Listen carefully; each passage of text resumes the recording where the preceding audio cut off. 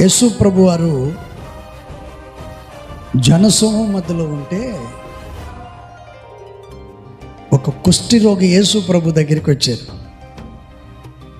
యేసు ప్రభు వారు కొండ మీద ఉన్నప్పుడు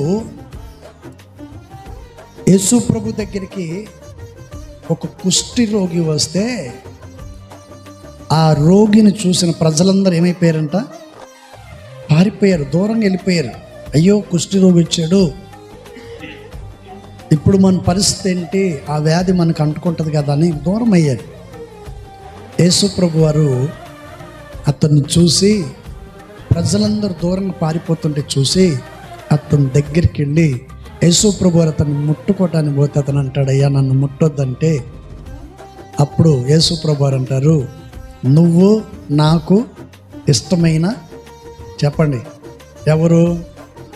కుష్టి రోగిని యేసు ప్రభు అంటారు, నీవు నాకు ఇష్టమైన వంటి వాడవి.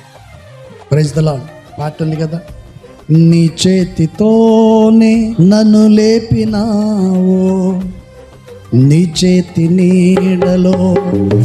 Praise the lord. ఈరోజు ఊపులో ఉన్నాడు. Praise the lord.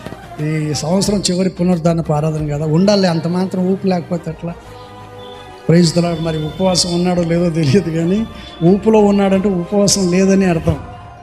Praise the lord. మంచి పిల్లోడు ఏంటండి. హల్లెలూయా. చెప్పండి, దేవుడు ఏం చేశాడంట? నువ్వు నాకు ఇష్టమైన వ్యక్తివి. ఎందుకు యేసు ప్రభు వారు మాట చెప్పారంటే, దేవుడు తన పోలికగా మనలను తన చేతిలో చెక్కుకున్నాడు. అందుకని ఆ వ్యక్తిని చూసినటువంటి వాళ్ళందరూ పారిపోయినా యేసు ప్రభు మాత్రం అతని దగ్గరికి వెళ్ళి అతన్ని ప్రేమించి అతన్ని కరుణ చూపాడు. Praise the Lord. హల్లెలూయా. దేవుడు అతన్ని ప్రేమించి అతని దగ్గరికి వెళ్ళి అతన్ని ముట్టి స్వస్థపరిచాడు. ఇప్పుడు చెప్పండి, మన దేవుడు ఎవరు?